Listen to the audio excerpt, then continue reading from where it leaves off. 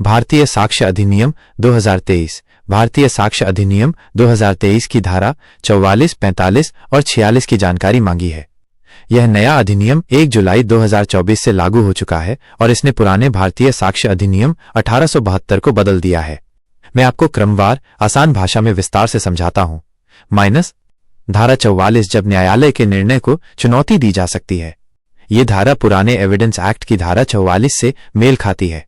इसका मकसद है कि यदि कोई फैसला, जजमेंट, आदेश, ऑर्डर या निर्णय, डिक्री, धोखाधड़ी, मिलीभगत, कल्यूजन या अधिकार क्षेत्र न होने, लैक ऑफ ज्यूरिसडिक्शन के आधार पर दिया गया है, तो उस फैसले की वैधता, वैलिडिटी को चुनौती दी जा सकती है। उदाहरण, मान लीजिए किसी दीवानी मुकदमे, सिविल केस में एक पक्ष ने झूठे दस्तावेज या धोखे से फैसला हासिल किया। अब यदि वही फैसला किसी अन्य केस में सबूत के तौर पर पेश किया जाता है, तो दूसरा पक्ष कह सकता है कि यह फैसला धोखाधड़ी से लिया गया है और मान्य नहीं है। धारा 45, विशेषज्ञ की राय, ओपिनियन ऑफ एक्सपर्ट्स। यह धारा बताती है कि कुछ मामलों में विशेषज्ञ, एक्सपर्ट की राय को अदालत सबूत के तौर पर मान सकती है।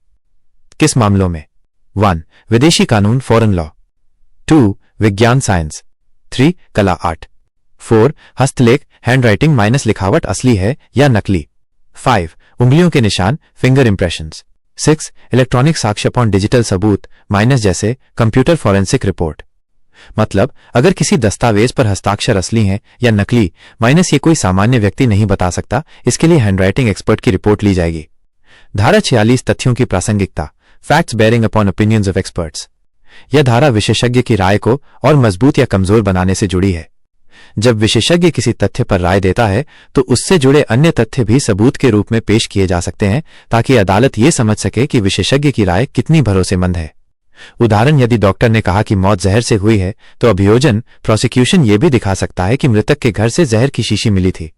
इससे डॉक्टर की राय और मजबूत हो जाएगी।